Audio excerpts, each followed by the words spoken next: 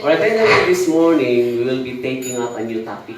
Now, before we're going to discuss the new one, of course, we need to review what we have taken a few days ago. And let me start by showing to you this picture.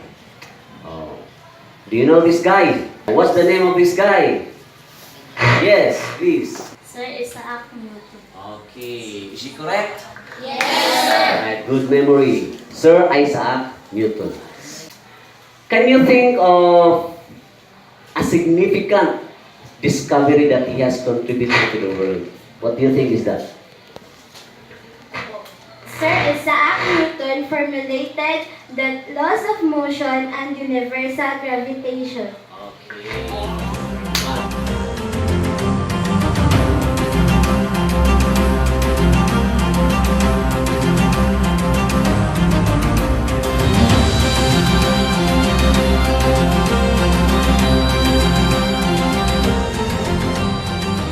By the way, what is your idea about acceleration? Yes. Acceleration is a change in speed. Okay. Exactly. That is the change in speed per time interval. The focus for our discussion this morning is on acceleration because that opens the new topic which is all about the law of, what do you think? The law of acceleration, and that is the second law of motion. Okay. First is, I would like to give you the objectives. We will better understand the topic if we know the objectives of the activities that will be undergone. Okay. First, will you please read it for me? Yes, Jean. First, identify the factors affecting the acceleration of a moving body. Okay, thank you.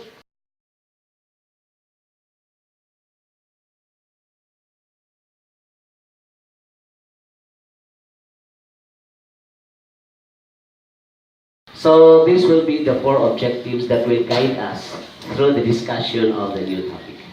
Alright, now next to this of course will be activities.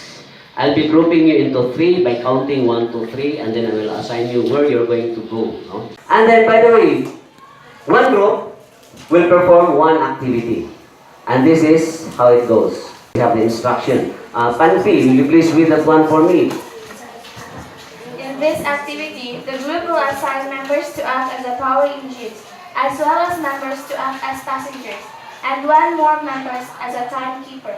The object of the activity is to transport the passenger from Station 1 to Station 2, then back to Station 1. The transport must be done as quickly as possible. Thank you, Panfi. Do you have questions regarding the directions? Is that clear? Yes, sir. Okay.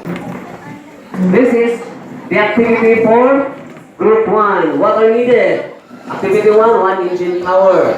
Why? Why it's called 1 engine power? 1 student for as power engine and 1 as passenger. And of course, there's a passenger and we have also an engine. So what is lacking there is a car or a vehicle. So this will be your vehicle. On my count. 3, 2, 1, go!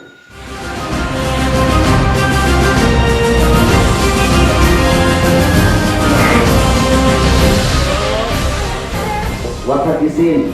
2 power engines and 1 passenger. Alright, so 2 power engines and 1 passenger. So meaning to say, I need 3 volunteers from group 2. Faster! And let us see what will happen. On my count.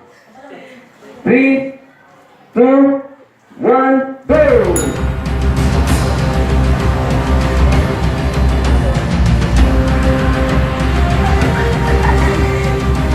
Thank you very much, Group 2. Are you excited, Group 3? Huh? Would you be the winner? Alright. Where's Group 3? Are you there? How many power engines? 1. Only 1. And how many passengers? 2. On my count? 3, 2, 1, go!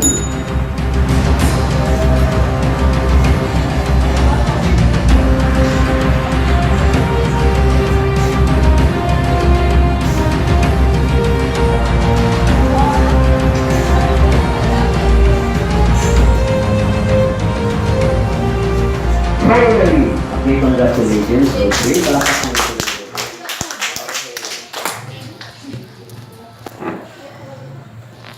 Next, I would like to request a representative from its group to report about how you feel about what happened when you're doing the activity.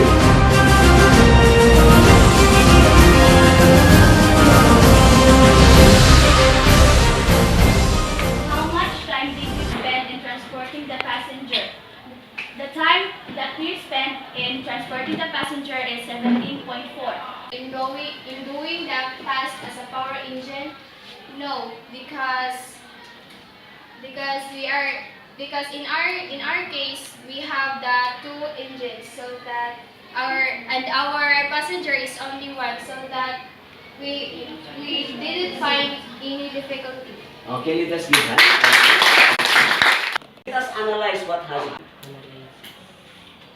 Their power engine is, in setup number 1 is only 1, and in setup number 2 is 2. Okay, and what is represented by the power engine? Yes? The power engine represents force. Okay, very good. Good. It represents the force exerted.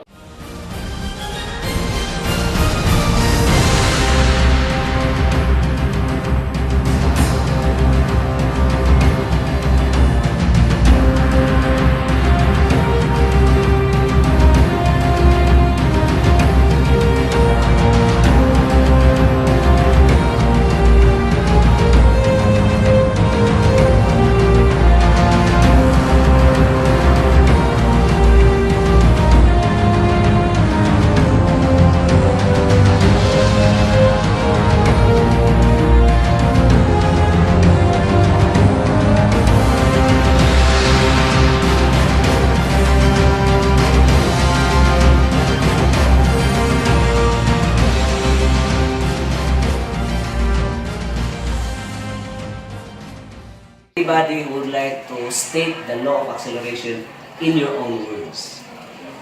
The acceleration of the object is directly proportional to the net force acting on it and inversely proportional to the mass. Okay, that's it. Exactly. Let us now go to the what we understood about the law. Will you please read the situation, read the problem for me? Which of these kids do you think will suit to be a 100-meter dash runner? Why? Why? I will choose Why? He is the payat one. Huh? You can explain that one in terms of the law of acceleration. I choose Vic because Vic have a lesser mass. Lesser mass, and therefore, Therefore, he will suit the 100-meter dash runner. okay, he can be a 100-meter dash runner. Because he has a lesser mass. If a body has a lesser mass, what will happen? Greater acceleration. And a greater chance of winning. Okay. You are asked to choose between wood sticks and iron bars to construct a cart that can carry supplies to a higher altitude as in the diagram below. Which raw material do you think is practical to use if the cart's purpose is to transport the supplies at the fastest way possible?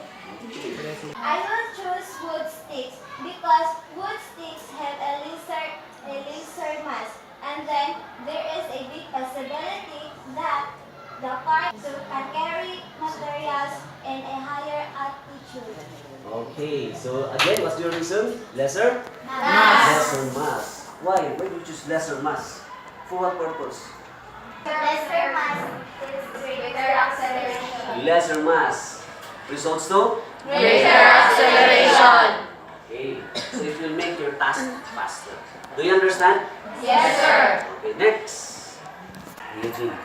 Can you think of any negative effects in accelerating or traveling at a high speed? Accident. Accident. Is that true? Yes, sir. Alright, what I would like to show to you now are facts showing to us death caused by accidents. Okay, so we have this one. This is in the Philippines, no? Then most are motorcycle riders and pedestrians. And the next one here is, this is actually a statistical data coming from World Health Organization, showing to us a figure in the year 2015 regarding the number of deaths caused by accidents on the road. Okay. And of course, people are trying to solve this problem. And one, it happened in Davao City. The next question now is, do you think the ordinance in Davao is also applicable in all cities all over the country? Okay, maybe yes, no, maybe not. Okay? So meaning to say, this morning, which is the highlight of our activity, we'll be having a debate. Motion. This House believes that a speed limit of 40 kilometers per hour must be implemented in every city proper, all over the Philippines. Okay, so that's the motion. So I would like to request Miss Arniglin Gendijo. I am assigning her to be your moderator this morning, or the chairman of this debate. Let's help me welcome everybody, the two opposing teams. The proposition team is led by Ace Ivar Jo Busnier. Together with him are Grace Ann Cinco, Phoebe Grace Mortes, and Angelo Perez. The opposition team is led by lovely Normie Joy Hyde. Together with her are Sunshine Katipay, Ronan Lumaka, and Adrian Raboy. Our timekeepers, Cheyenne Loyoloyo and Necanor Crucio. It is my privilege to introduce to you our adjudicators of this morning's debate.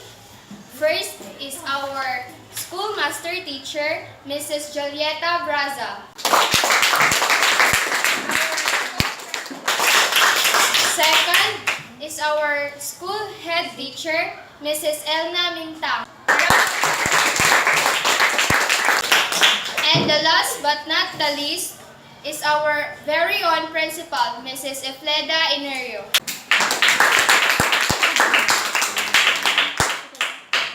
Before we formally start this debate, let me read to you the criteria for evaluation. Organization and clarity, 30%. Presentation style, 30%. Mastery, 40%. Total of 100%. And now, let the battle begin.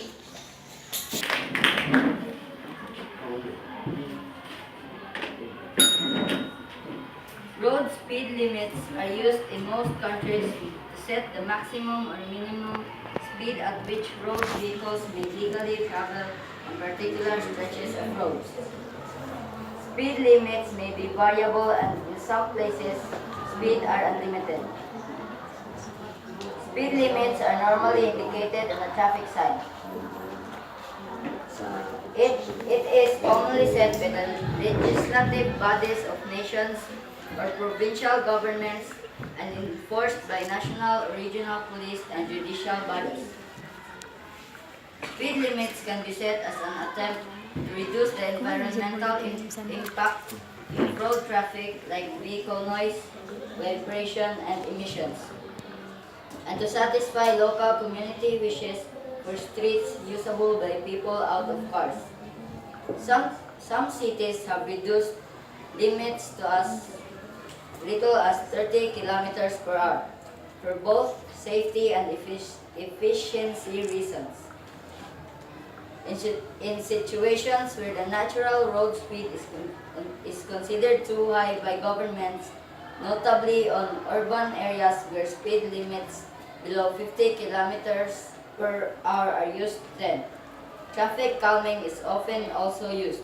Thank you.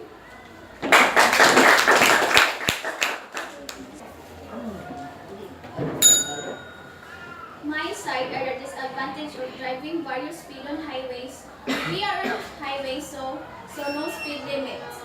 For example, we are in a hurry and can speed fast to our destination. Expect driver should drive fast on highways and no place for driver beginners. But my friends, opponents, and listeners, there are disadvantages of driving fast on highways. First, driving fast on highways invited you to be in jail for homicide and reckless driving. But, however, these advantages can be avoided by practicing and extra training to those who are already experts by driving a car or other vehicles, most especially in women's. Speeding should depend on the situation.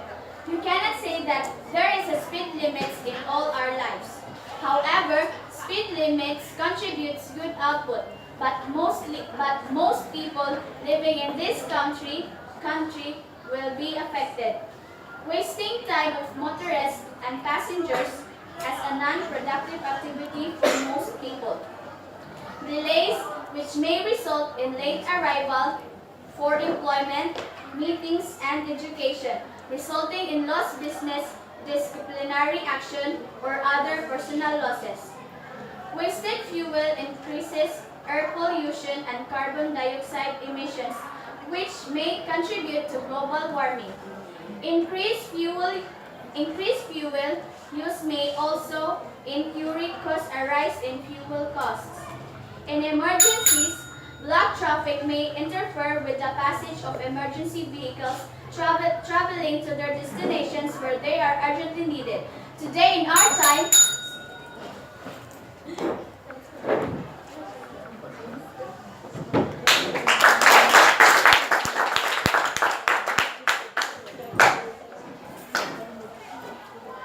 speed limit is the maximum speed at which a vehicle may legally on a particular stretch of road. The speed limit to the city proper is almost 30 kilometers per hour, and to the national highway is 60 kilometers per hour. Because of driving slow of the vehicle drivers, accidents will decrease. Accident is an unfortunate incident that happens unexpectedly and unintentionally, typically resulting in damage or injury. Their children and pets will be safe because of the speed limit. One cause of accident when the driver will drink alcohol. Overspeeding can also invite you to jail because you can see the road signs. To avoid accidents, you drive carefully and don't drink alcohol when you drive so that you will be safe and avoid accident. The speed limit ordinance will become true when the people cooperate to this ordinance. Thank you. The speed limit has certainly slowed down the accident rates, but for the jeepneys and taxi drivers, it slowed down not only to their vehicle, but their living and profits as well. I know that if the jeepneys and taxi move fast, it would mean good profit in the part of the driver. But if there's a speed limit, they can't increase their speed. Because of that, they will not earn more money. For example, if you are a taxi driver and you need to have more profits because you are depending on your daily profits, and because of speed limit, you cannot increase your speed or you cannot go beyond the speed limit. That's why you can't earn much profits. And you can't buy more things anymore, and you can only buy the basic need like food. There are people saying that because of speed limits, accident rates were slowed down. But I believe that there were no accidents whenever you're fast or slow. It depends on the driver. If he or she maintains his or her vehicle, and if he or she is focusing on his or her driving. This is the reason why I strongly oppose to the motion that speed limit must be implemented. So you have would you like to add? Okay, proceed. Davao City is known to be a good implementer of speed limits. The city has an ordinance signed by the city mayor prohibiting vehicles to run beyond 60 kilometers per hour. It was found to be an effective solution to traffic problems.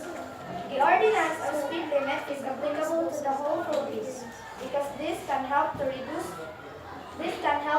traffic because as we noticed, our country, specifically in Luzon, can experience heavy traffic, and some of its causes are overtaking and overspeeding. For example, there's a car who only runs 40 kilometers per hour, but suddenly here comes another car who overtakes the other car, and the car was stuck on the lane, and so the traffic begins there. Although the ordinance affect many people, but this is also very useful in our country. And because of that, for me, the ordinance of speed limit is applicable in all Philippines. Ma'am, 51 seconds left. Would you like to add more? Okay, proceed. I do not agree with the speed limit because it can resolve traffic, especially in big cities and in places which contain more population like Quezon City, Metro Manila, Cebu City, and many others. Of course, big cities contain plenty of vehicles. Traffic can lead you in many problems. Like for example, first, in works, your company is so strict. You have to be there at on time, but because of the traffic, you didn't reach the exact time. Second, you are a student, and one of the policy in your school is to arrive early. Then you broke that policy because of the traffic in that street, and the speed of the jeep is slow. Last, you are a successful businessman, and we know that being businessmen, they have many opportunities to handle regarding in business. Your day is full of less about meeting clients, inventing, manage your company, solve the problem in your business, and your family is living you. You can commit that all of this. And in transportation, you have a problem already.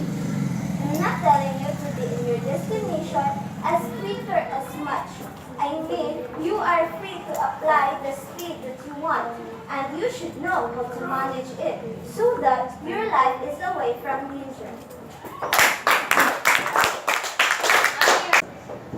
Implementing speed limit all over the Philippines can help policemen to make their job easier.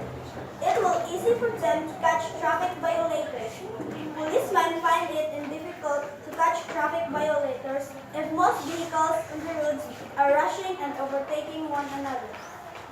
It will be easy for them to check on the road if vehicles are complying with the speed limit enforced on roads and highways.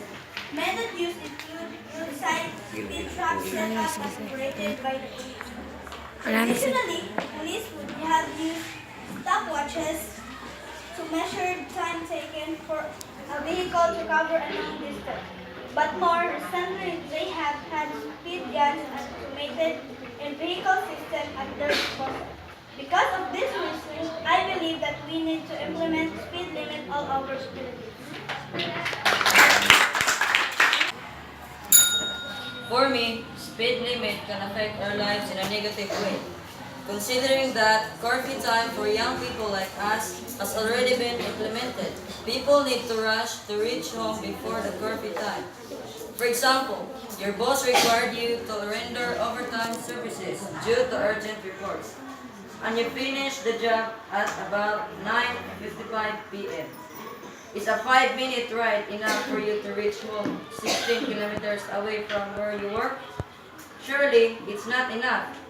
There is a big chance that you will arrive home beyond the curfew time, which would give police officers to arrest you once you are caught.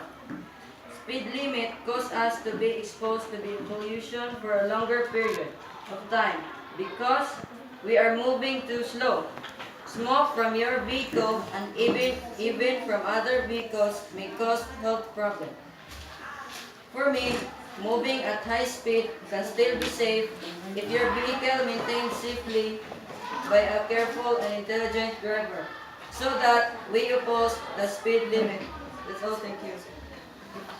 You have 60 seconds left.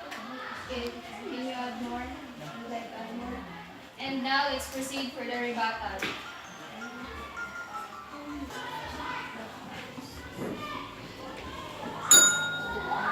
What if you are the employer or the businessman? Will delayed or late, resulting in loss of business and other personal losses? Would you still follow the speed limits? Why? There is a solution for that problem. Businessman will call his or her client that he will come late because overspeeding is not allowed.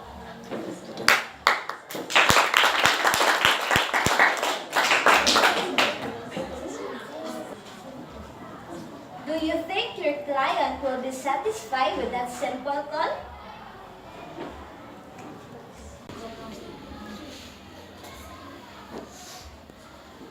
I think the client will be satisfied on my call because I have my valid reason.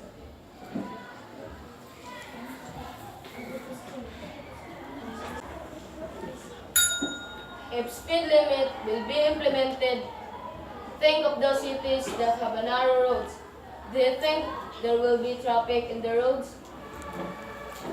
Yes, we know that there is traffic, but we ask help in the government, especially the DPWH or Department of Public Works and Highways, to repair the narrow roads because that is their obligation.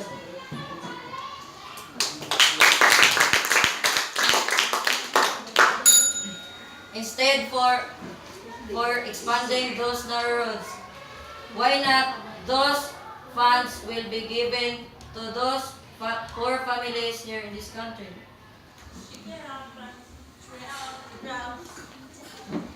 When we talk about funds, there is budget that is intended only for the road projects, and there is also budget that is also intended only for the people who need help.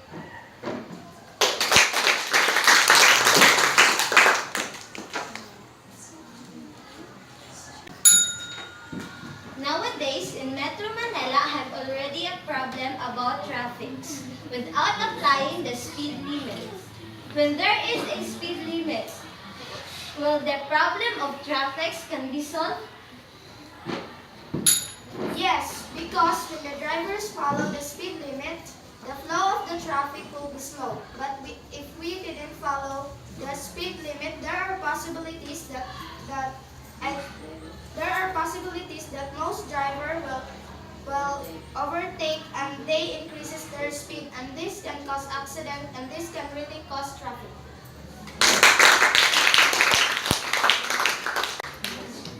The opposition team, do you have questions to the opposition team? None. Yeah. Opposition. Is that all? Yes.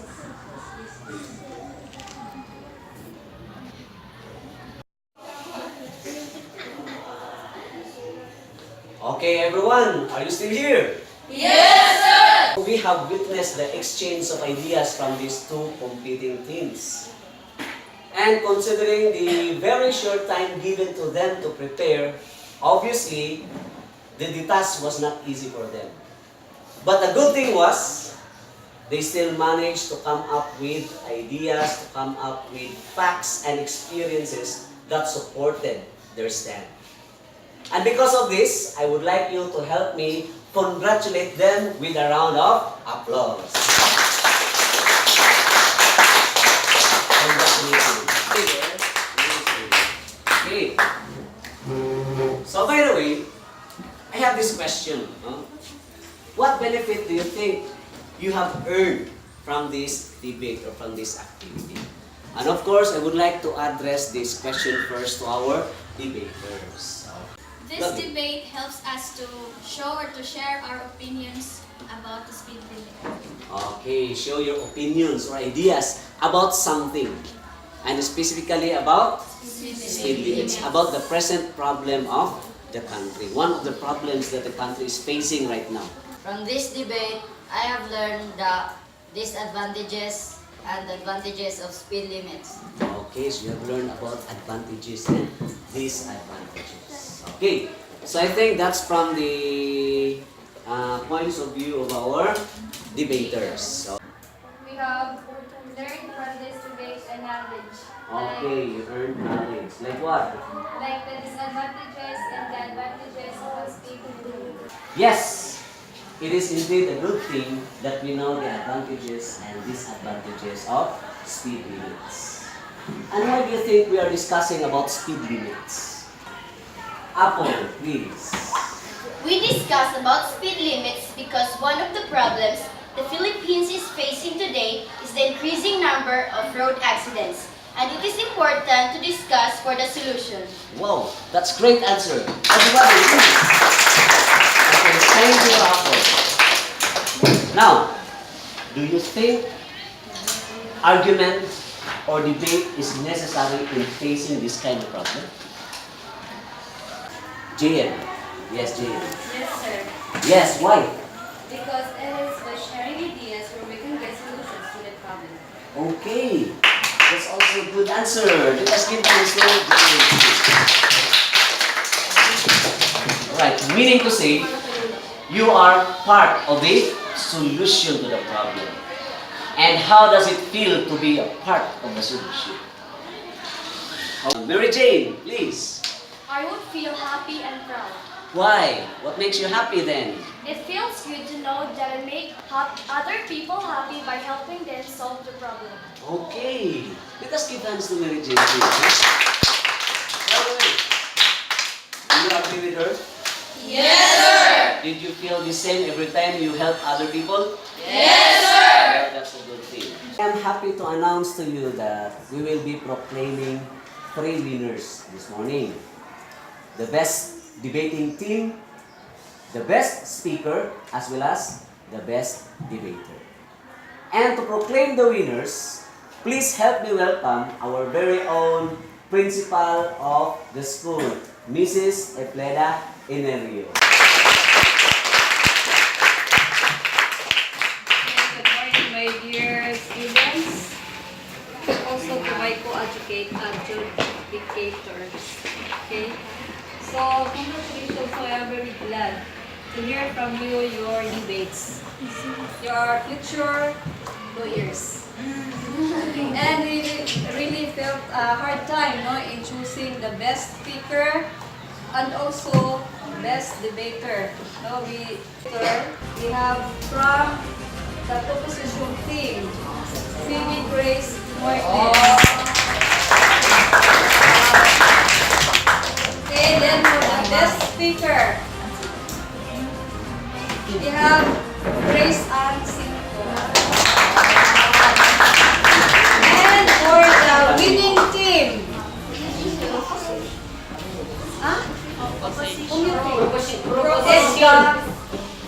opposition.